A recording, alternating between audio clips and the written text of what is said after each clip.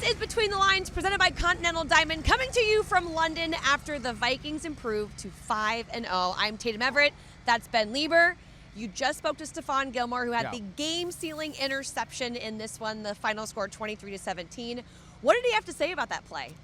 Well, he actually said, he's like, look, I didn't make a very good play on the play before. And he was actually pretty upset with himself. So he tells himself, he's like, I need to go out and make this play. He's like, I can't make another mistake. And so he just reverts back to his technique. And that's all he said he did. He's like, really? All right, I just got to go back to my fundamentals, go back to my technique, just play the right leverage, don't try to do too much. And that's exactly what happened. He used the sideline to his advantage. He stayed inside the receiver. Now, the ball probably was a little bit underthrown. I'm not exactly sure that's where Rodgers wanted to put the ball. But because he used the sideline, because he reverted back to his technique and he had good leverage, he was in a position to make a play on the ball. Whether it was slightly underthrown or even if it was over the top, he was at least turning his back around to the football to make a play. So fantastic play, and really just a great way for him to recenter himself in the midst of a game. Yeah, no, I mean, obviously at the most crucial part of the game, because for the second straight week, it was a game that came down to a final drive there in the final minutes. How do you think the defense was able to stay strong in that moment? Because it really did feel like the second half was a struggle. Yeah, it really did. I think they just have faith that eventually somebody's going to make a play. As long as the guys up front, they can rotate those guys out and they can keep those guys fresh, that they're pretty confident that they're going to affect the quarterback, whoever it is, Aaron Rodgers, or it doesn't matter. And that actually happened, two other times before that Gilmore interception, where the disguise, the coverage, the deception really confused Aaron Rodgers, and he threw 2 picks earlier, and he throws that last one. So I think it's just that faith that, look, B-Flow is going to put us in a good position. We just got to stay conditioned. We got to stay hungry and keep our weight on our toes, and good things are going to happen. Great things happened there in the first quarter. You mentioned Aaron Rodgers looking a little frustrated at times, you could say, with those 2 interceptions, the first one to Andrew Van Ginkel. How do you throw that ball again? I mean, it looked like the other 2, or the other one, excuse me. Well, here's the deal, Tatum. That same defensive play, we used that later in that same drive.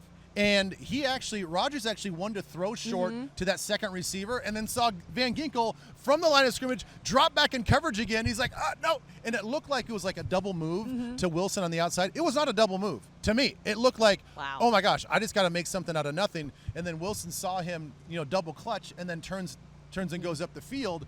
That was another play where he was not expecting Van Ginkel to drop. Van Ginkel could have had 2, and you know what? The wheels that he showed off, he may have had another pick 6. 63 yards on that interception, returned for a touchdown. That's the longest so far this season.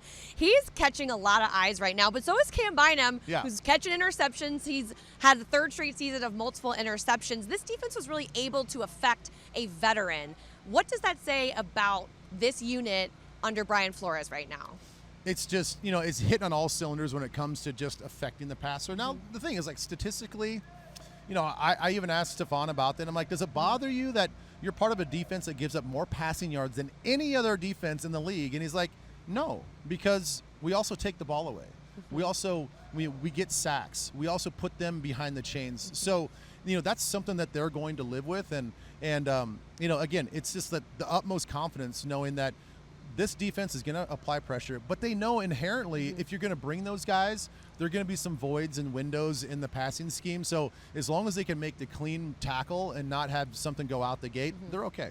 It was a struggle for the offense in the second half. Where did you see the difference happening?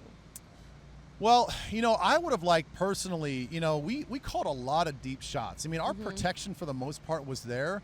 I thought Sam, there was some series there where, he was under a little bit of pressure, and that's a really good front. That's a really good defense as well. So they're going to get those opportunities.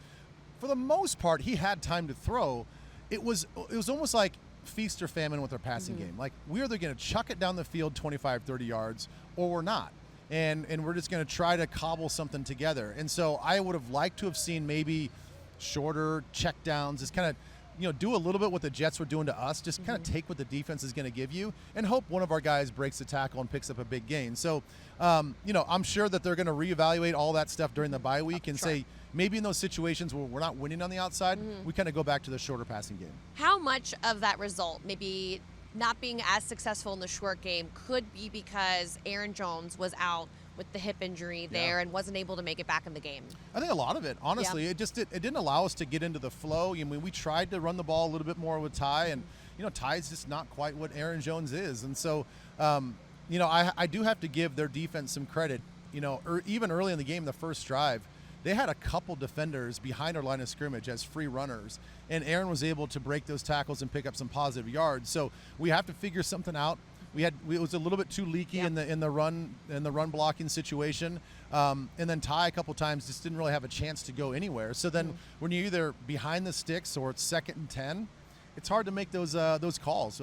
So I think just having a little bit more rhythm in the run game would have really helped. This team continues to play with a lead. They don't ever seem to get behind. Yeah.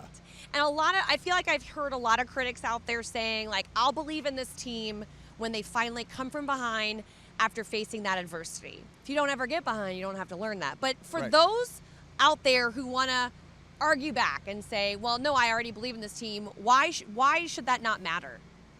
Show me a championship team that has to check all the boxes.